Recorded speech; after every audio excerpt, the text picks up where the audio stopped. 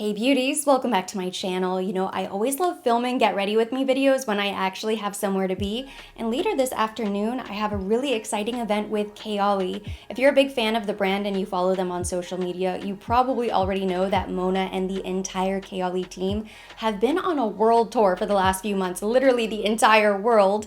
They have finally arrived in Miami. It's all for the launch of their latest fragrance. This is the new Vanilla Candy Rock Sugar 42. The event is down on South Beach, a really swanky hotel. It's very pink inside, so it's kind of the perfect event space for the theme. I'm not really sure what direction I'm gonna go for the makeup. All I know is that it has to be cute. This is our complexion combination for the day. I really wanna try these two products together. I know I love them both individually. This I need to continue testing. I'm gonna start with the L'Oreal True Match Lumi Glotion. This is the shade 901 Fair Glow. It's basically a lightweight luminous primer gel.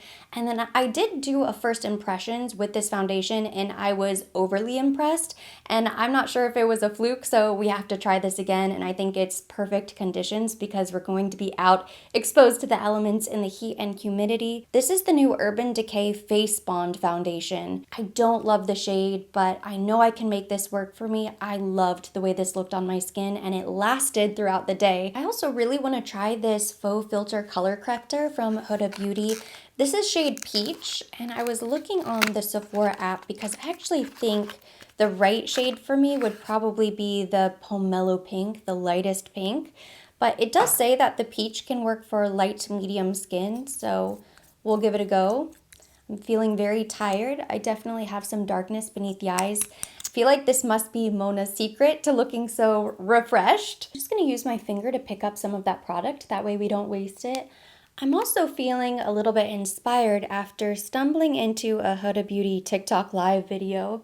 I was watching a tutorial where they demonstrated this color corrector and the key was they only used a teeny tiny amount and it looked really good. I think that's really the secret application tip, is you don't want to use a ton of product because then you end up layering so many things beneath the eye and it can backfire on you. This peach definitely evens out the skin tone beneath my eye. I think the Pomelo Pink would probably give me a little bit more brightness, but since I'm going to go in with the brightening concealer anyways, that's okay.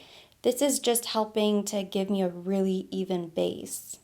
I don't really use color correctors. It just feels like an extra step. But today we want to go full glam, so we might as well test it out.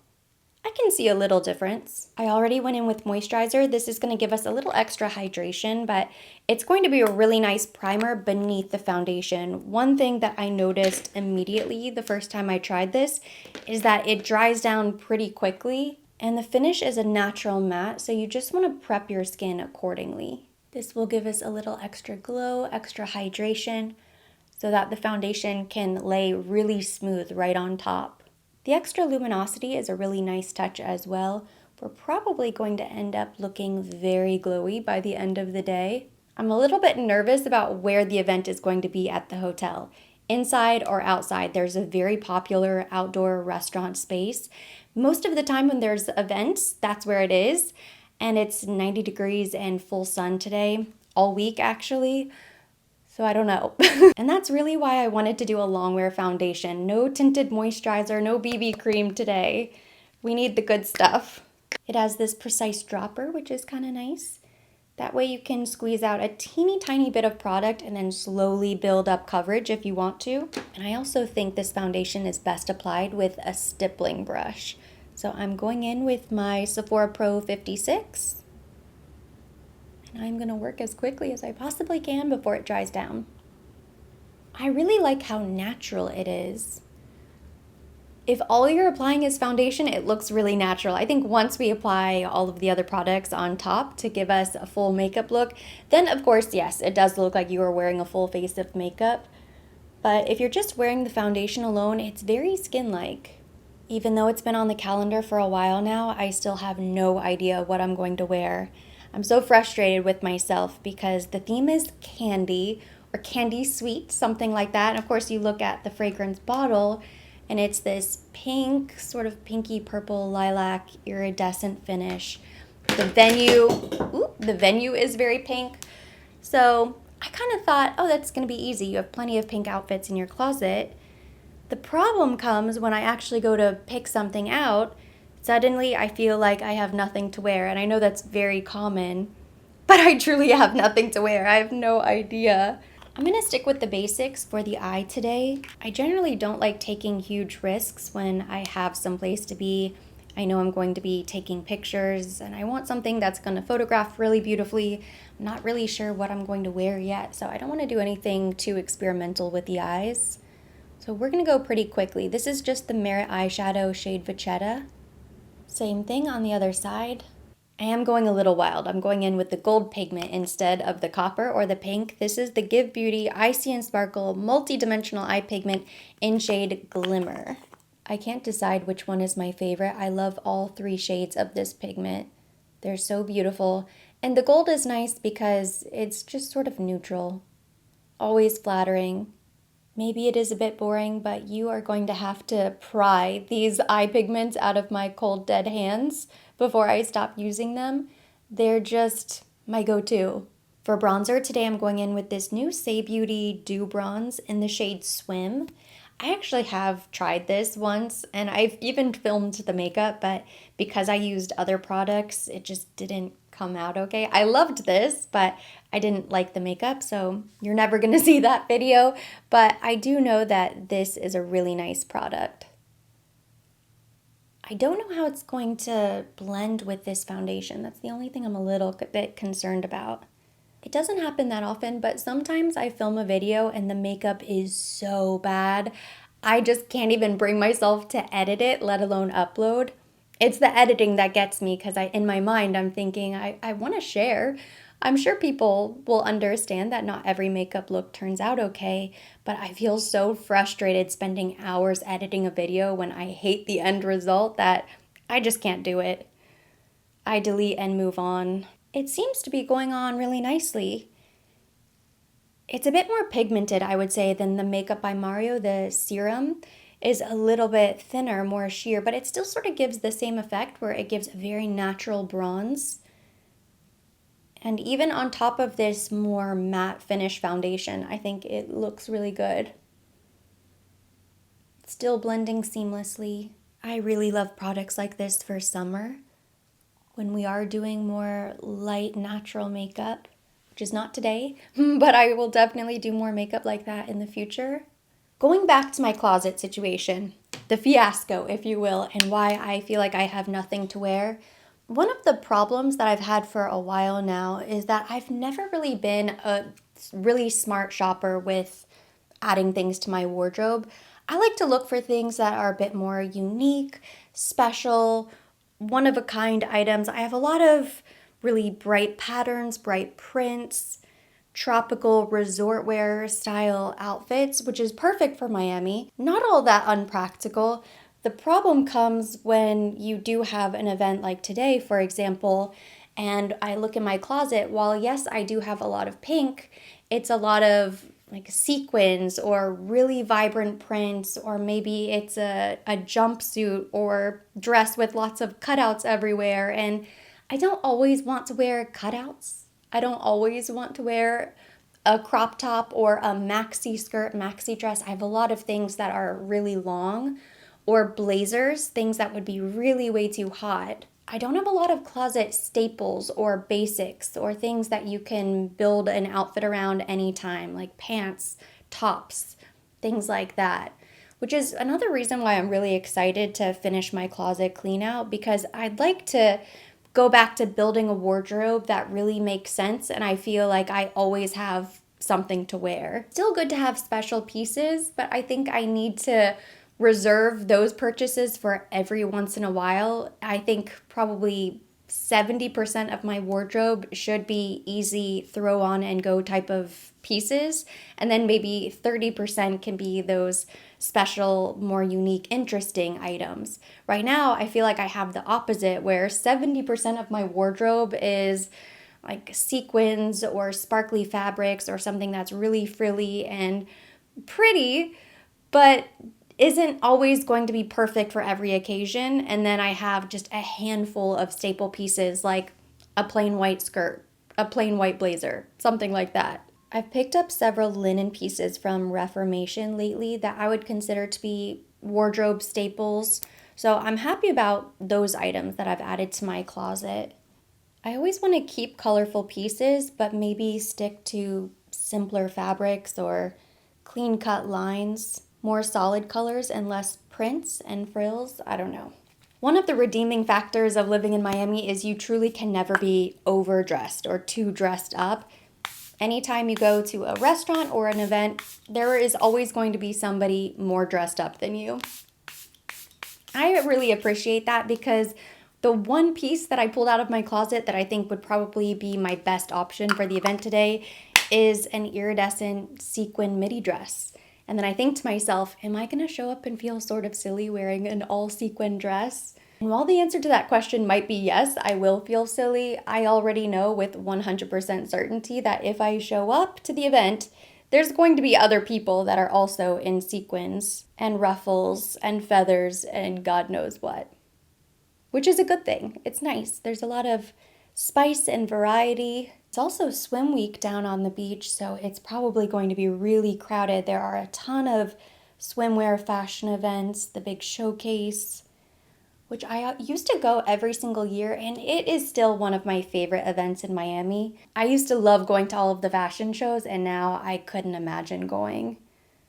The thought of the dehydration alone scares me away. So I'm actually not going to attend anything this year. I see the invites, I see other people's pictures, and that's for the younger crowd. I think I've sort of outgrown my Miami Swim Week days. This Dior Forever Glow Maximizer was calling my name today. This is shade Rosy. Yes, Rosy. It's a liquid illuminator, and it has so much pigment, so you can definitely use it as a blush. Instead of getting involved in all of the events this weekend, my mom is actually coming into town. So we are just going to have a girls' weekend. I don't know what we're going to get up to. Well, I do know at least one activity. She's bringing me a sewing machine and she's going to give me sewing lessons. That was on my vision board for 2024. I wanted to learn how to sew, and my mom is an incredible seamstress. I guess she's a seamstress. I'm not sure, but she is really incredible. She's very skilled at sewing, so she's going to give me some lessons. The reason why I was inspired to learn how to sew is because I have so many items in my closet that just have a small ripped seam or they're missing a button, and it's something so simple that I'm sure I could do it myself. I'm afraid to ruin the item, so I end up just letting them sit there or taking them to an official seamstress and paying a lot of money. So I'd like to be able to do quick stitches like that. I love how the blush turned out. It looks really fresh-faced and glowy, slightly rosy, but not too much, as if you're just naturally flushed. It's also not too shimmery, which is important. So it doesn't emphasize any texture, it just gives you a really beautiful sheen to the skin. I'm going to set my makeup using the Easy Bake Loose Baking and Setting Powder in shade Sugar Cookie. This is the Stark White. And I have my little baby sponge here, or poof. I almost forgot. First, I want to use the brush to set the under eye. So far, so good with the color corrector. No major creasing situation. I'm going to gently set that first before I go in and bake.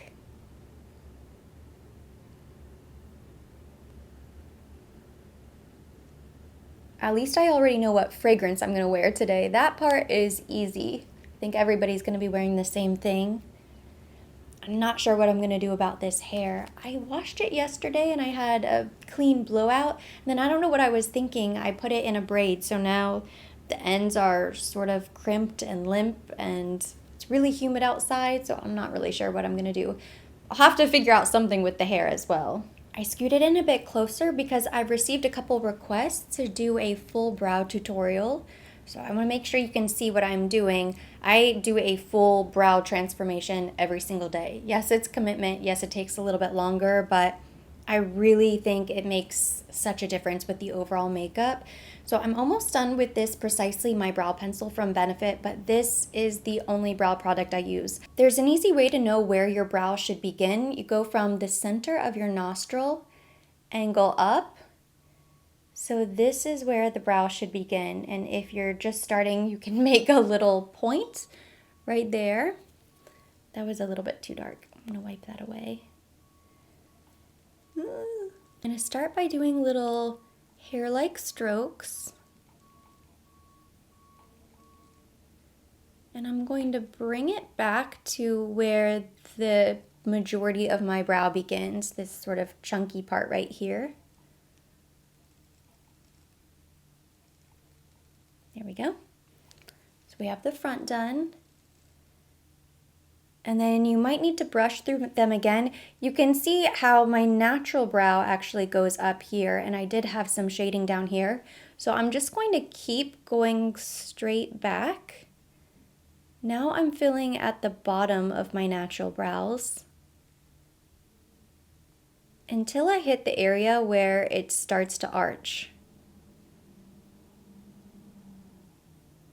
And I'm just doing hair-like strokes going up.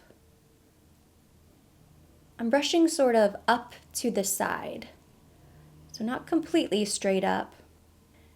Now here is where things get a little bit tricky for me. So this line right here, if you follow the bottom of my brow, it's pretty straight, and this is where the arch begins. Instead of going straight down and curving, we're going to flatten it out a bit. So I've been drawing a little bit below my brow. Once I get to my arch, I'm actually going to start filling in a little bit above.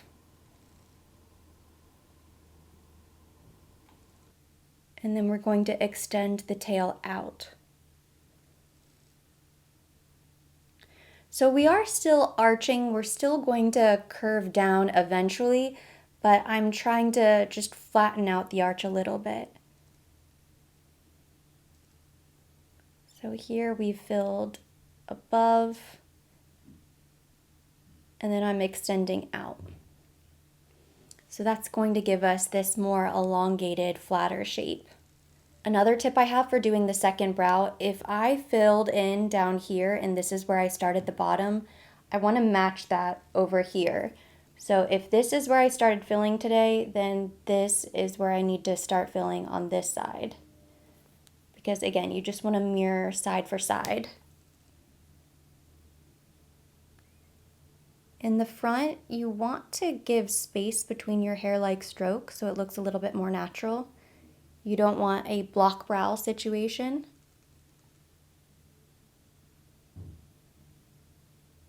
Easier said than done. Much easier with a fresh brow pencil, but we did okay. I'm basically going straight up in the front. And then once we hit the middle section, this is where we start angling to the side, up and to the side, filling in below our natural brow. Now that we've reached the arch, we're going to start filling above the natural brow.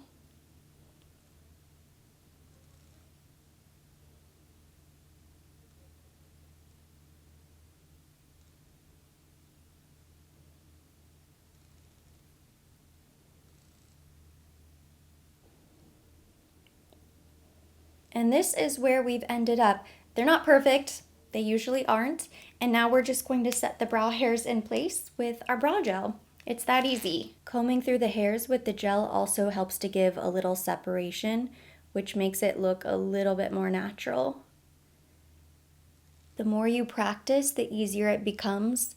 And if you're ever just staying at home for the day, you don't have anywhere to be, if you feel like experimenting with your brow shape, go for it. You have to try. Honestly, practice is the only way you're going to perfect your brows. Even though I fill in my brows like this basically every single day, there are still days that I don't know what's going on. They end up looking terrible.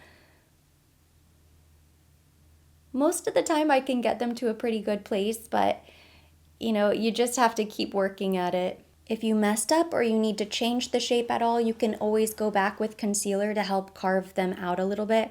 Like sometimes I'll take a little concealer and just carve this area so I can cover up my old microblading. I quickly finished the eyes with eyeliner and mascara. I'm gonna dust away the excess powder now.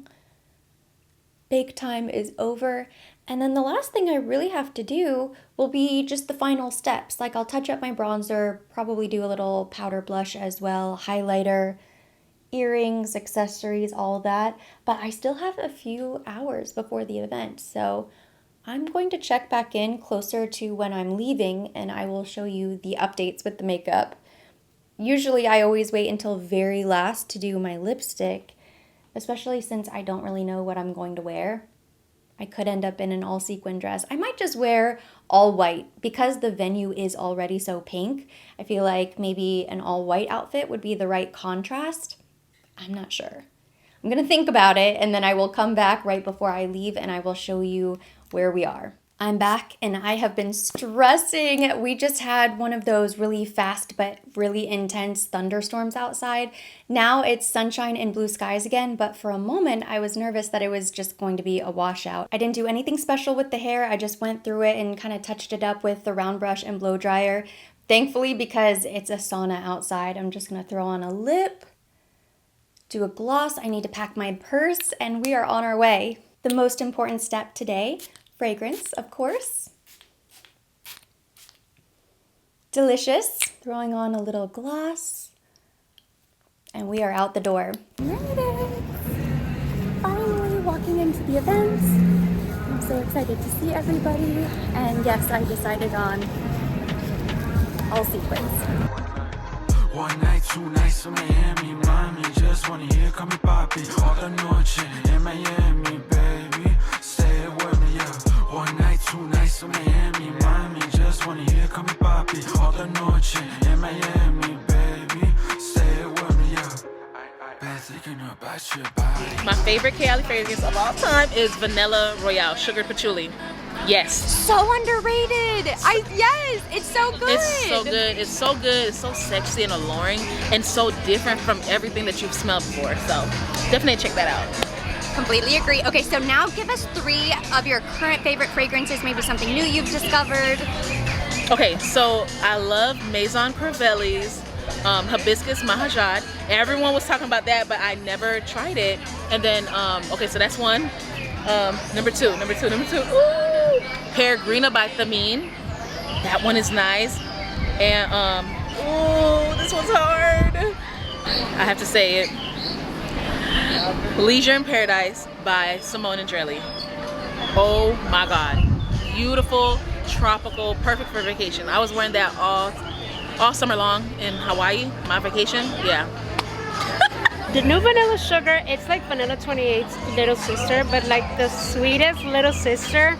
And I feel like if you combine that one with Juicy Apple, it's giving summer, it's giving juicy. I'm gonna go do that right now. I can't resist. One night, 2 nights in Miami, mommy. Just wanna hear, call me papi. All the noche in Miami, baby. Stay with me, yeah. One night, 2 nights in Miami, mommy. Just wanna hear, call me papi. All the noche in Miami, baby. This is a good look at the makeup. It is now the end of the day. I'm walking home from Pilates. I ended up staying at the event much longer than I had anticipated. I basically shut it down and left at the very end. When I was in the Uber on the way home, I was just on the event high. So excited having FaceTime with Mona and seeing all of my creator friends. I completely forgot that I had signed up for a Pilates class. So I got home just in time for me to rush inside. I got makeup all over my top, but I did make it to the class. So now this is kind of the perfect way to test the makeup because not only did it last through the event, the heat, the humidity, it rained twice, but it also lasted through an entire Pilates class, and this is what it looks like. So definitely a little bit on the shinier side, but not bad.